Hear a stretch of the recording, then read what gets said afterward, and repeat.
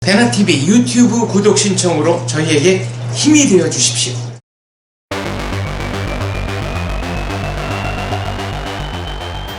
배나TV의 긴급진단 허원순 위원 급하게 모셨습니다. 안녕하십니까? 안녕하세요. 네.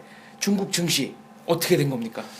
예, 우선 중국 쪽에서 검은 구름 하나가 아니라 거대한 검은 구름이 지금 보이기 시작했습니다. 새해 들어 갑자기 검어졌습니다. 예. 근데 문제는 이 검은 구름이 그냥 구름으로 끝날 것인지 아니면 우리 쪽에 어떤 바람이 돼가 좀 올 건지 아니면 그냥 장마철에 그처럼 태풍이 오는 건지 아니면 이 겨울에 눈보라가 치는 폭풍이 될지는 모르겠습니다. 하여튼 분명한 것은 중국 쪽에 우리 가시권에 우리 눈에도 보이는 검은 같은 거대한 구름이 지금 보이고 있다. 문제는 금년 들어서 증시가 개장하자마자 매일 하한선까지 떨어졌단 말이죠. 중국 증시가.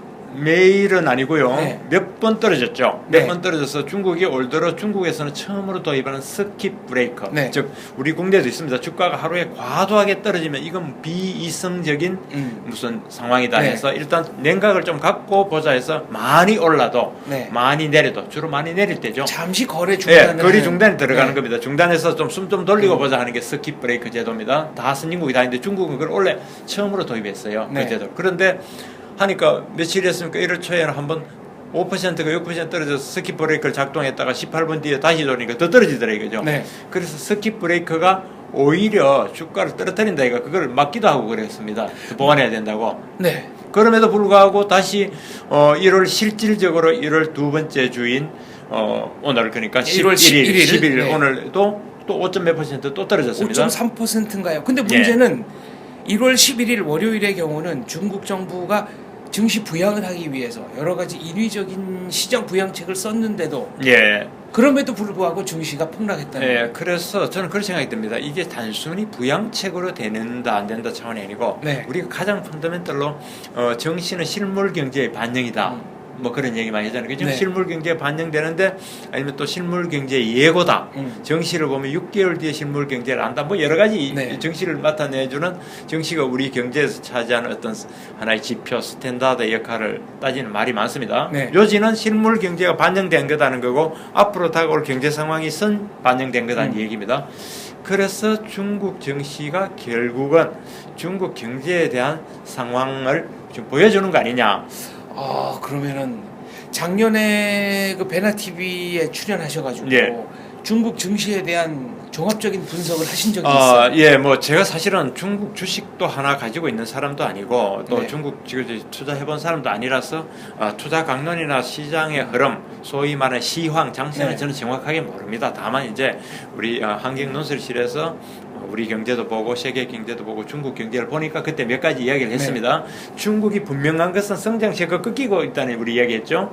시진핑이 이야기했듯이 6.5%를 그동안 8%를 보호하라. 보호8, 보호7, 보호 보호7, 보호7까지 보호 6.5%까지 시진핑 이야기했는데 원래 5%까지 갈 거라는 얘기가 나왔던 게 사실이죠. 그 다음에 세계 경제가 굉장히 어렵게 되어 있다는 것도 하나의 팩트죠. 세계 경제가 어렵게 되니까 세계 경제 물건을 공급하는 중국이 원자재 뭐 구리다 뭐다 해가지고 수요가 안 되니까 수요가 없어서 어렵다는 그것도 우리가 쭉 나온 거다 이거죠. 그 다음에 중국 경제의 어려움은 우리가 세 가지로 그때 나눠봤습니다. 첫 번째는 기업 쪽에서 부실한 기업들이 수출이 잘 안 되니까 많다. 두 번째 좀비 금융이 굉장히 많다고 봤죠.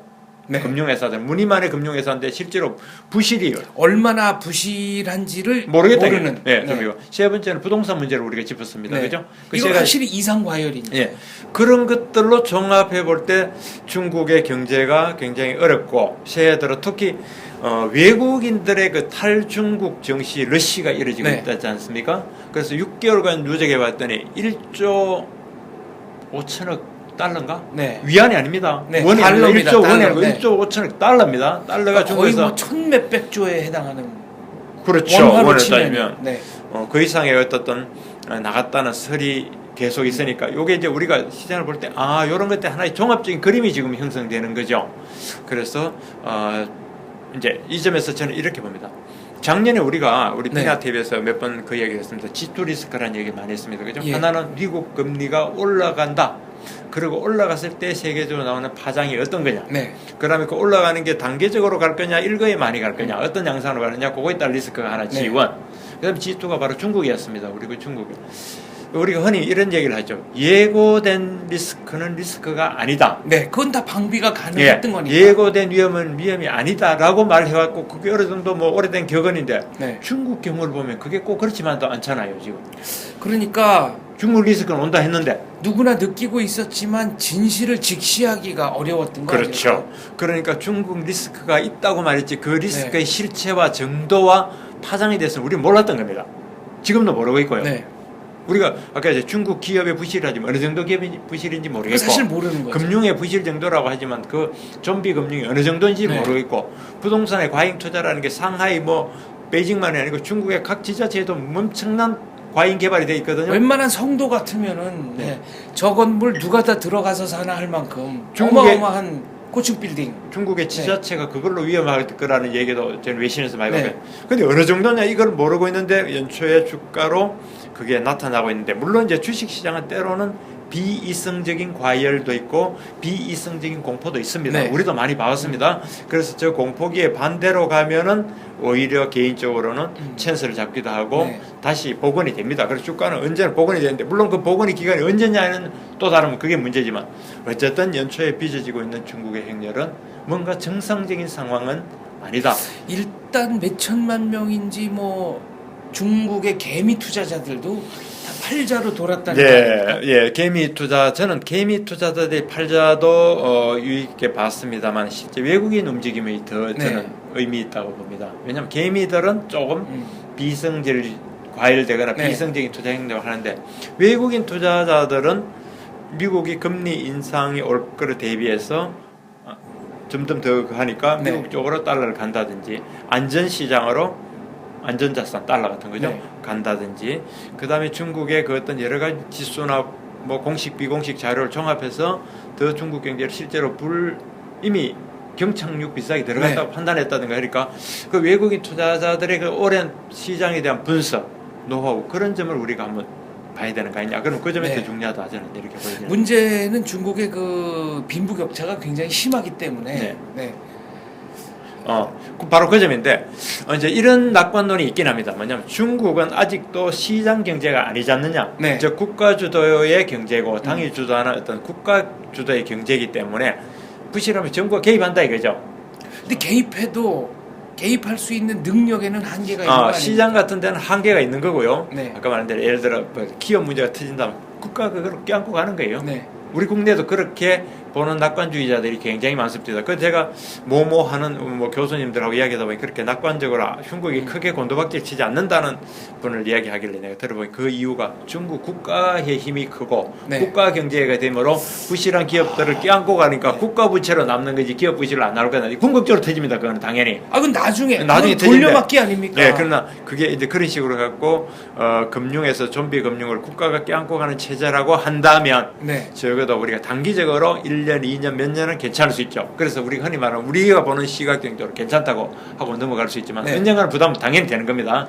그러나 당장은 괜찮다 해서 뭐 별일 없지 않느냐 그거 봐라 괜찮다 이렇게 할 수 있는데 그렇게 보기에는 우리가 그 언젠가라는 게 보기 어렵고 리스크가 더 현재화됐다는 건데 어쨌든 간에 그 국가가 좀 더 개입할 수 있다는 것은 분명히 카드에 되는 게 사실. 물론 이제 몇몇 보면 이 정시에 중국 그 부양책이 안 먹히고 있죠. 안 믿고 있는데 그거는 뭐 일시적인 그거니까 중국 정부가 제대로 내버려 두지는 않을 겁니다. 왜냐하면은 중국은 어느 나라나 마찬가지지만 굉장히 큰 문제가 농민공. 그렇습니다. 농민공 수백만이 나와 있잖아요. 여기가 수천만, 수천만일 수도 있겠군요. 수천만. 그 여기가 도시에 일자리가 없고 시장이 어렵게 되면요, 사회에 굉장한 불안 요인이 되고 당이고 뭐고 정권이 흔들리게 되는 거예요. 그 농민공이라는 건 실제 그러니까 주소지는 농촌이지만 실제 거주하는 데는 도시인 사람들. 그렇죠. 아니 꼭 뭐 주소지도 그렇겠지만 하여튼 시골 농촌 출신으로 부모들은 되게 시골에 있기도 하고 뭐 자식을 떼어놓고 아니면 부모들을 해서 젊은이들이나 이래서 도시에 가서 살자. 무작정 나온 사람들이 많아요.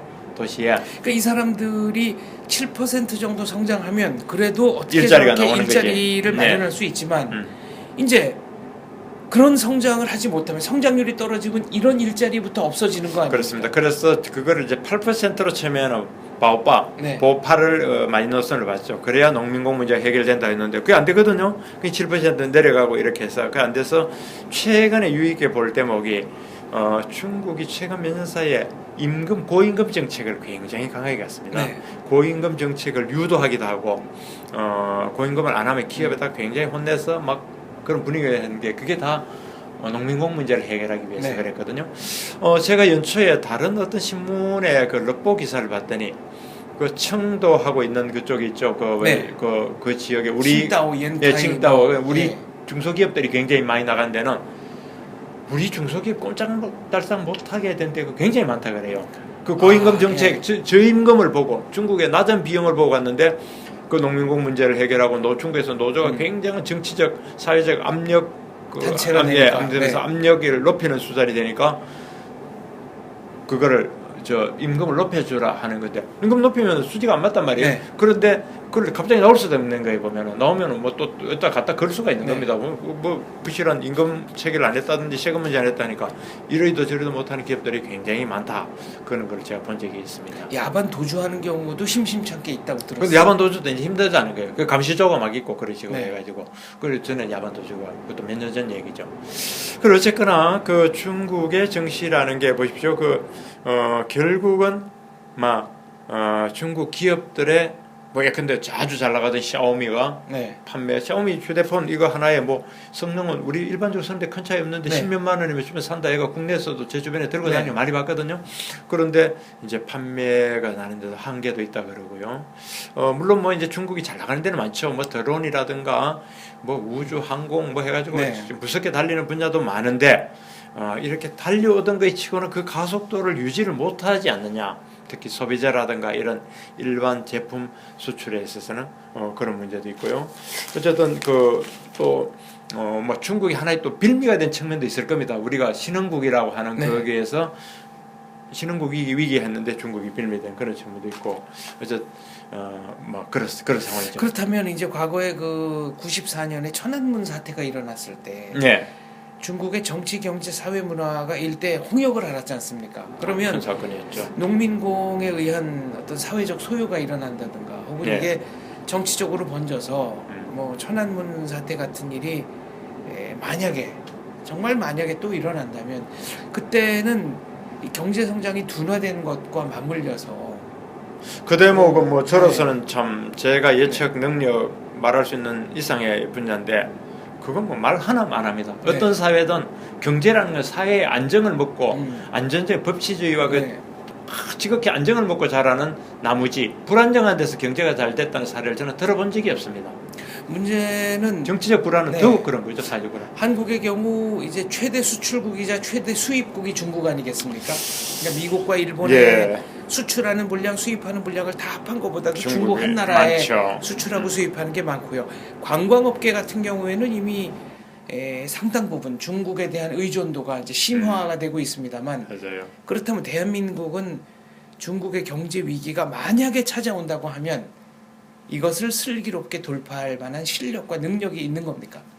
예, 아까 말씀하신 대로 중국은 이제 우리 수출의 종착점이 아닙니다. 네. 예를 들어 미국으로 나가는 제가 그 통계를 정확하게는 모르겠는데 하여튼 우리 수출품에 중국으로 나간 것 중에서 중국에서 미국 수출품의 40%인가 우리 네. 원자재라든가 제가 네. 그런 통계를 한번 본 적이 있습니다. 숫자를 잘 정확치는 않은데 그렇다면 중국이 제대로 경제가 안 되고 미국으로 수출이 안 되고 이렇다면 우리 원자재 40%도 못 팔아먹는다는 얘기가 되는 그렇죠. 거죠. 네. 그게 더 어려운 거고 다만 이제 그거를 약간 뭐랄까 보완할 수 있는 게 한중 FTA가 이제 네. 가동되면은 우리가 관세가 낮으면서 좋아질 거는 같습니다만은 그런 문제가 있고 어쨌든 중국 큰 충격이 왔을 때 금융이라든가 이런 게 심리적으로도 예를 들어 중국의 부동산이 막 꺾였다.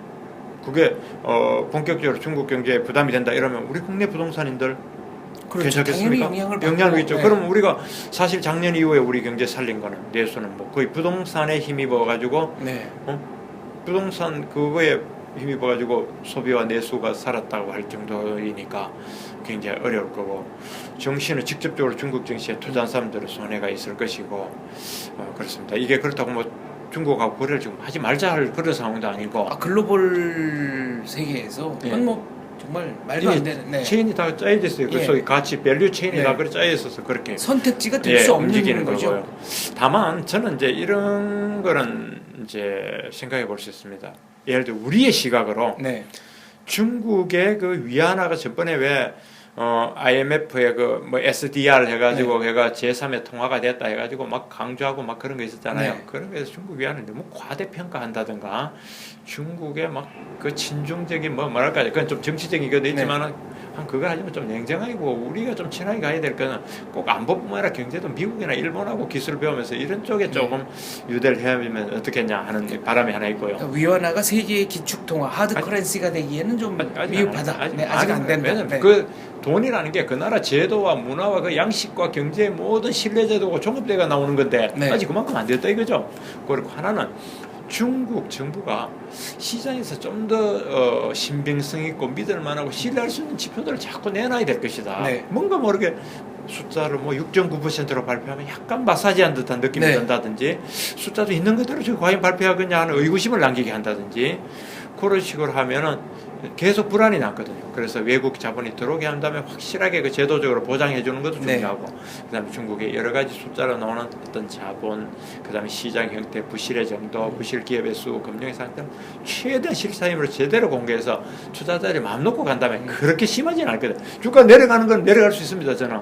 지금 말씀하시는 거는 중국의 법과 제도가 아직 사유 재산 제도를 100% 보장하고 있는 것으로 보이지 않는다. 아니, 그거에 대한 제 말은 그거에 대한 리스크가 있다 이거죠. 네. 지금 보장한다고 했지만 리스크가 있고 그거와 아울러 무수한 정부 발표집, 예를 들어 베네수엘라든가 저런데 무수한 지금 남미에 인플레 많은데 정부 지표를 아무도 안 먹거든요. 그렇습니다. 그러니까 정부 지표를 자꾸 믿을 수 있게끔 그걸 줘야 주가가 내려가는 자체가 문제가 아니라니까요. 확 내려갔다 확 올랐다. 이 불안정한 장세가 우리는 불안한 거지. 주가는 이렇게 내려갈 수 있습니다. 또는 순간 대세 상승이 오면 올라갈 수 있습니다. 올라갔다 내려갔다 올라갔다 내려갔다 하는 건데 네. 중국 주가는 하루에 5% 내리고 2% 올라갔다 7% 이거는 네. 비정상적이잖아요. 5% 7%면 국내에서 2년 3년치 금리에 해당되는 겁니다. 하루에. 네. 그건 비정상적이다 이거죠. 그렇게 말씀하시니까 훨씬 다가오네요. 예. 2, 3년치 금리가 하루 2, 사이에 3치 왔다 갔다 예금했을 금리가 한다. 하루 차이 왔다 갔다. 이거는 사람들이 상식적이고 안정적인 사람은 거기에 네. 투자를 안 하는 거예요. 그러니까 그게 내려가더라도 지금 대시하락기 내려가는구나. 오르더라도 미친 듯이 오르지 말고 이렇게 안정적인 걸 주자면 안정적인 지표가 있어야 되지 않는가. 네. 미국 같은 데 보십시오. 무슨 블랙 먼데 예전에 과거에 그런 일도 있지만 그 외에는 대체로 폭락하고 5% 이런 건 네. 없잖아요. 많이 내려도 1, 2%또 올라가고 이러니까 그런 안정성을 찾아야 될 것이고 그 안정성은 투명한 정책 공개에 있을 네. 것이다. 그렇게 보는 거죠. 알겠습니다. 중국 증시가 어떻게 움직이느냐에 따라서 정밀 분석 한 번 더 해볼 필요가 있을 것 같은데요. 앞으로 중국 증시 상황 한번 네. 열심히 지켜보겠습니다. 각자 지켜보시고 또 우리가 또 새로운 변화 있으면 네. 얘기하시죠. 알겠습니다. 네. 오늘 말씀 잘 들었습니다. 감사합니다.